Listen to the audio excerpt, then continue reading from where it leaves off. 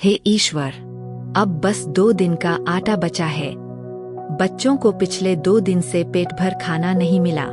कब तक इन्हें ऐसे ही भूखा रखूं? पास बैठी चंदा अपनी गुड़िया से खेलते खेलते माँ को देखती है। उसकी आंखों में भूख और मासूमियत झलकती है। माँ, आज स्कूल में सब बच्चे टिफिन लेकर आए थे। कोई पराठा खा रहा था, कोई मिठाई। मुझे इतनी भूख लगी थी, पर मैंने बस अपनी किताब में मुंह छिपा लिया। माँ, क्या कल मैं भी टिफिन ले जा पाऊंगी? गौरी यह सुनकर टूट जाती है। आंसू उसकी आंखों से बहते हैं। पापा, आप चिंता मत करो। जब मैं बड़ा हो जाऊंगा, खूब मेहनत करूंगा, आपका सारा कर्ज चुका दूंगा और हमारे लिए नया घर बनवाऊंगा। रामलाल का चेहरा, माथे पर पसीना, आंखों में थकान और होठों पर मजबूर मुस्कान। हाँ बेटा, बस यही सोचकर जी रहा हूँ कि तुम्हारा भविष्य अच्छा हो, लेकिन हालात रोज और बिगड़ते जा रहे हैं। अचानक दरवाजे पर जोर से दस्तक। रामलाल उठकर बाहर जाता है। रामलाल, कब तक टालता रहेगा? अगर इस हफ्ते तक पैसे नहीं दिए तो समझ ले, तेरा खेत और घर दोनों मेरे नाम हो जाएंगे। समय बहुत दिया, अब और बख्शिश नहीं मिलेगी। कर्जदार चला जाता है। निराशा और डर साफ झलकता है। सुनो जी, अब क्या होगा? अगर खेत भी चला गया तो हमारे पास बचेगा ही क्या? बच्चों का पेट कैसे भरेंगे? कहाँ जाएंगे हम? बाहर आकाश में काले बादल हैं, बिजली चमकती है। मोहन और चंदा दोनों माँ के पीछे छिप जाते हैं। नहीं गौरी, नहीं, ये सब मैं होने नहीं दूंगा। मुझे कुछ तो करना होगा। हार मानना अब कोई चारा नहीं है। रामलाल बाहर आकाश की ओर देखता है। पृष्ठभूमि में हल्की आंधी चल रही है। गरीबी, भूख और कर्ज का पहाड़ इस परिवार को हर दिन तोड़ रहा था। हर सुबह उनके लिए एक नई जंग थी। खेत में मेहनत, घर में भूख और सिर पर कर्जदार का साया। लेकिन उन्हें क्या पता था, असली तूफान अभी सामने आने वाला था। रामलाल पहले ही गरीबी और कर्ज से टूट चुका था, लेकिन किस्मत जैसे उस पर और चोटें करने पर आमादा थी। खेत उसका सहारा था, वही खेत जिसमें वह सुबह से शाम तक पसीना बहाता था। लेकिन एक दिन सब कुछ बदल गया। आसमान में काले बादल छाए हैं, दूर बिजली कड़क रही है। गांव के लोग डरते डरते आसमान की ओर देख रहे हैं। हे भगवान, ये कैसा मौसम है? लगता है इस बार तूफान बहुत बड़ा आने वाला है। तेज हवाएं चलने लगती हैं, पेड़ झूमने लगते हैं। रामलाल अपने खेत में खड़ा है, चिंतित होकर आसमान की ओर देख रहा है। हे धरती माँ, तू हमेशा मेरा साथ देती आई है। इस बार भी मेरी फसल को बचा लेना, वरना मेरे बच्चों का भविष्य अंधेरे में चला जाएगा। अचानक तेज बारिश शुरू हो जाती है।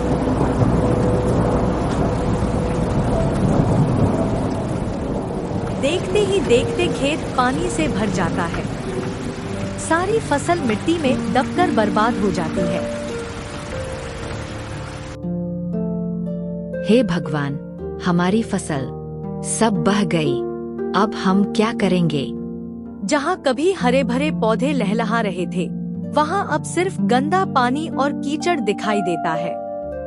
रामलाल के लिए यह किसी ताले में बंद आखिरी उम्मीद की चाबी खो जाने जैसा था। फसल के बर्बाद होने का मतलब था भूख, कर्ज और बर्बादी। अगले दिन गांव में तहसीलदार और बैंक का आदमी आता है।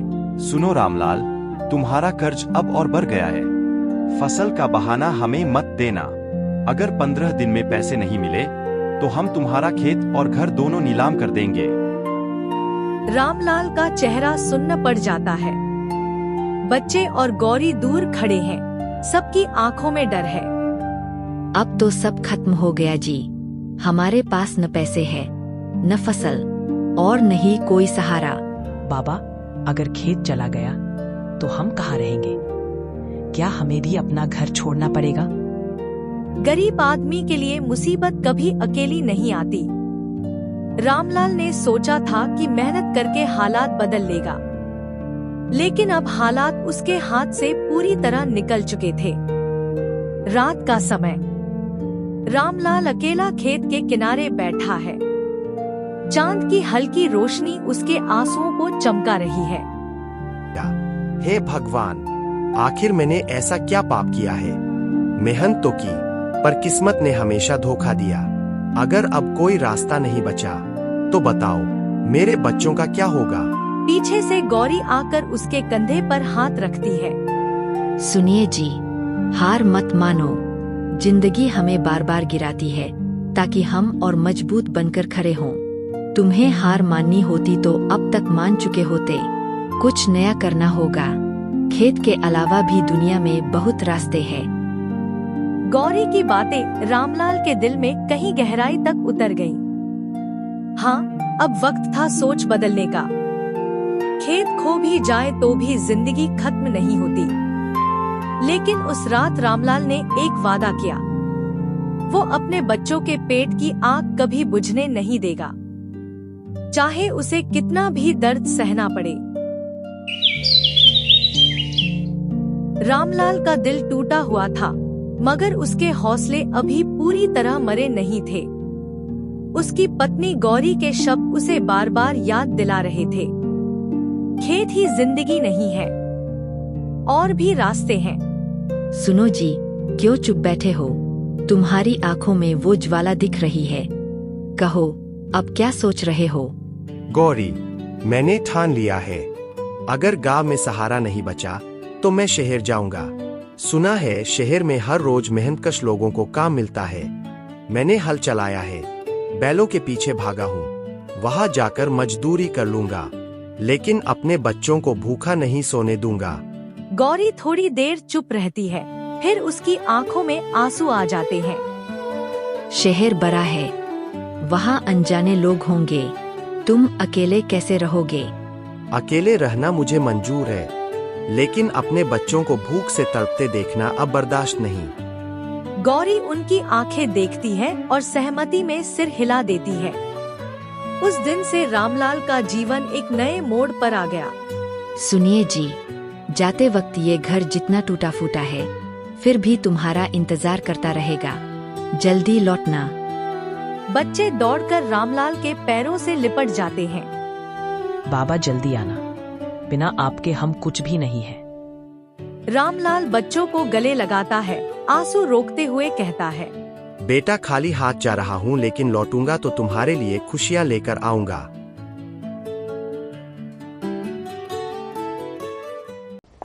गांव की मिट्टी, खेत की खुशबू, बच्चों की हंसी, सब पीछे छूट रहा था। लेकिन उम्मीद का दिया जल चुका था, और वही दिया उसे शहर की ओर खींच ले जा रहा था। ऊंची ऊंची इमारतें, भीड़ भाड़। रामलाल पहली बार शहर की सड़क पर उतरता है।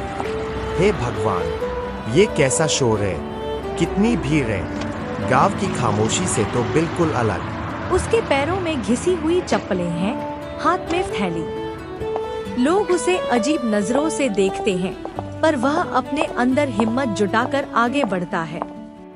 दिहाड़ी मजदूरी वाला चौक, बहुत से मजदूर खड़े हैं। मालिक लोग आकर उन्हें काम पर ले जाते हैं। तू नया है, क्या काम आता है तुझे? साहब, खेती से बड़ा काम क्या होगा? जुताई, मिट्टी, बोझा, सब कर सकता हूँ। मालिक उसे देखता है और एक काम के लिए चुन लेता है। यहीं से रामलाल की शहर की नई जिंदगी शुरू हुई। सुबह से शाम तक पसीना बहाना, रात को सड़क किनारे या फुटपाथ पर सोना, भूख और थकान से लड़ना। गौरी, बच्चों, थोड़ा सब्र करो। ये शहर मुझे पहचान नहीं रहा, लेकिन एक दिन यही शहर मुझे पहचान लेगा। लेकिन हर बार उसकी आंखों के सामने अपने बच्चों की तस्वीर आ जाती। वो तस्वीरें ही उसकी ताकत बन गई। रामलाल थका हुआ लेकिन चांद को देखते हुए मुस्कुराता है। शहर में दिन महीने बीतते गए। रामलाल मजदूरी करता, पैसे जोड़ता और हर रात अपने बच्चों के बारे में सोचते हुए सो जाता।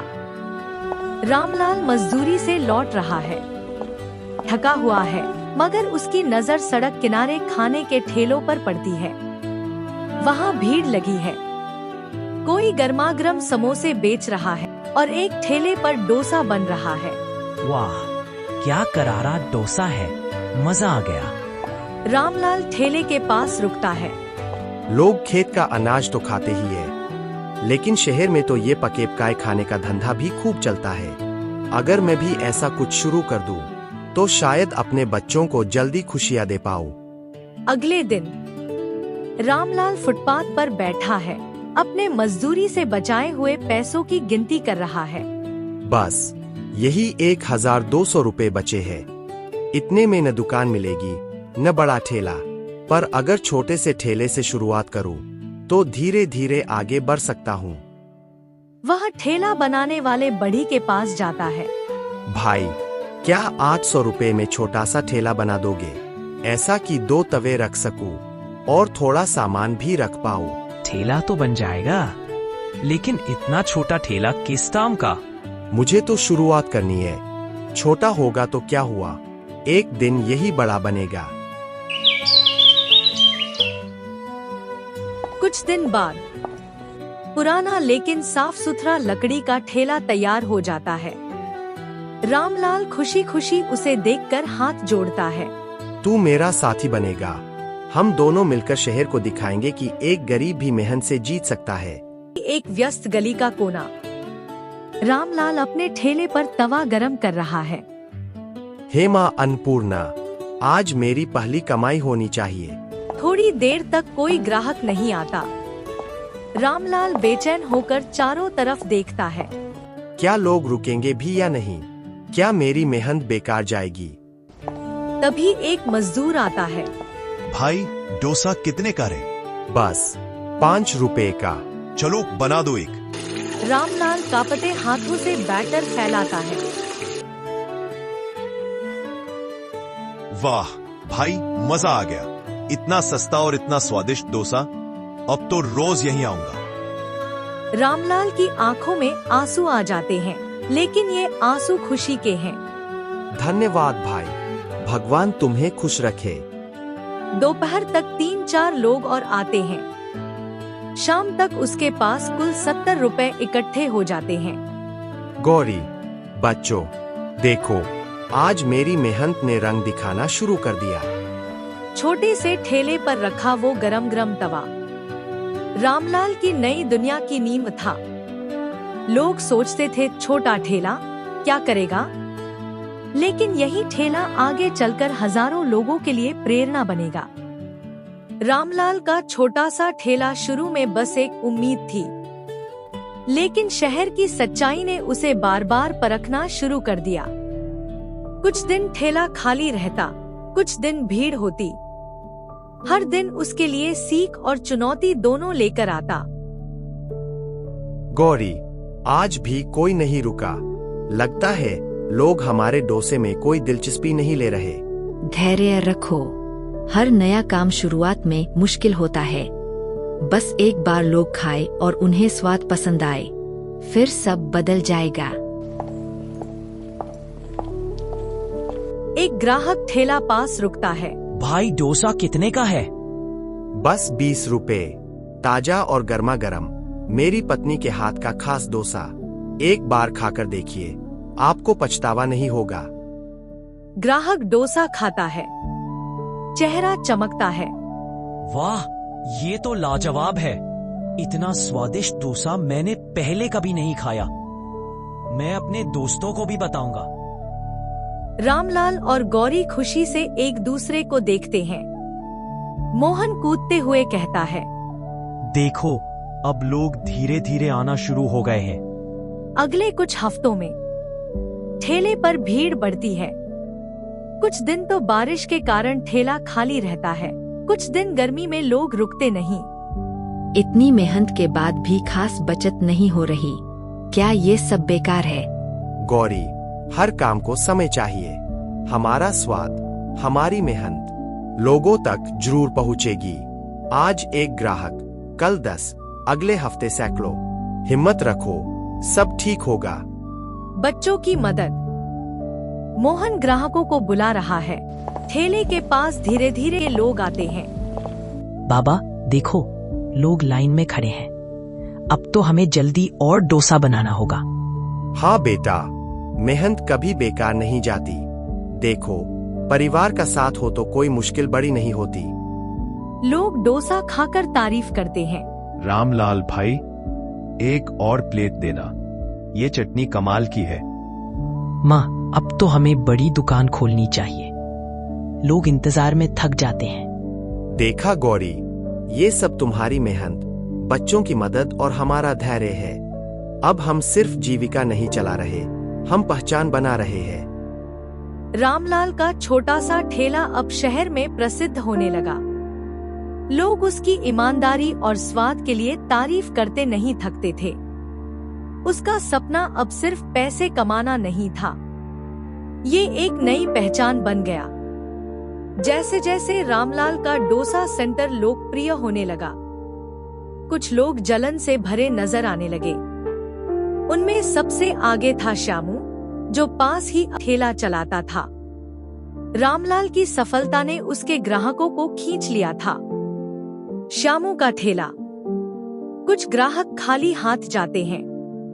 श्यामू गुस्से में अपने दोस्तों से बात करता है। ये रामलाल नया आया है और मेरे सारे ग्राहक खींच ले गया।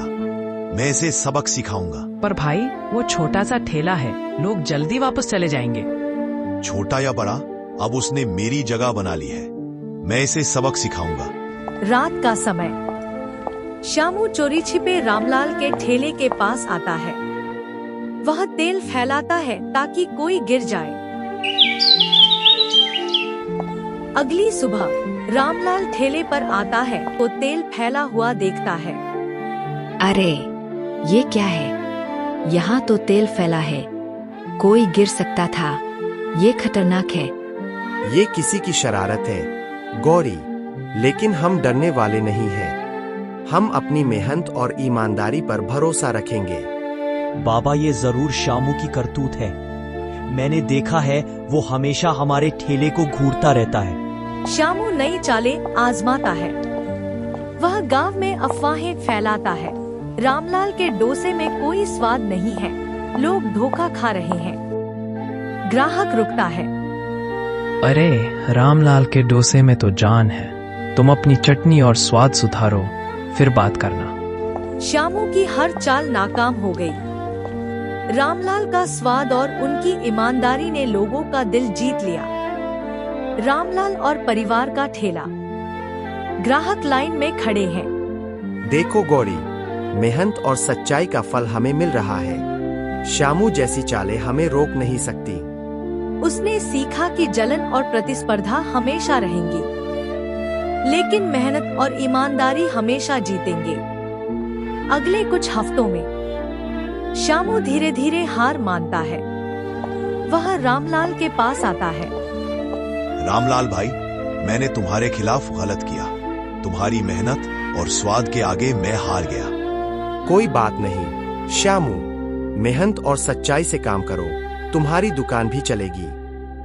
रामलाल ने सिखाया कि मुश्किलें और शत्रु हमारे हौसले तोड़ नहीं सकते। सच्चाई, मेहनत और धैर्य ही असली ताकत है। देखो गौरी, हमारा छोटा ठेला अब बड़ी दुकान में बदल गया। यहाँ ग्राहक बैठकर आराम से खाएंगे। सपना सच हो गया। अब बच्चों को अच्छे स्कूल भेज सकते हैं और मैं भी नए नए डोसे बना सकती हूँ। मसाला डोसा, पनीर डोसा। बाबा, मैं ग्राहकों को बैठाऊंगा और उनका स्वागत करूंगा। और मैं चटनी और सांभर परोसूंगी। बाबा, हम सब मिलकर करेंगे ना? हाँ बेटो, परिवार का साथ हो तो कोई सपना बड़ा नहीं। किसान रामलाल अब सिर्फ अपने परिवार का सहारा नहीं, बल्कि पूरे शहर और गांव के लिए मिसाल बन चुका था। उसकी कहानी बताती है कि अगर दिल में जुनून और हाथ में मेहनत हो तो कोई भी सपना असंभव नहीं। रामलाल का डोसा सेंटर अब सिर्फ एक दुकान नहीं, बल्कि मेहनत और सच्चाई की जीत का प्रतीक बन चुका है। अगर आपको ये दिलचस्प कहानी पसंद आई तो लाइक बटन दबाइए, हमारे चैनल को सब्सक्राइब कीजिए और इस वीडियो को अपने दोस्तों के साथ शेयर कीजिए।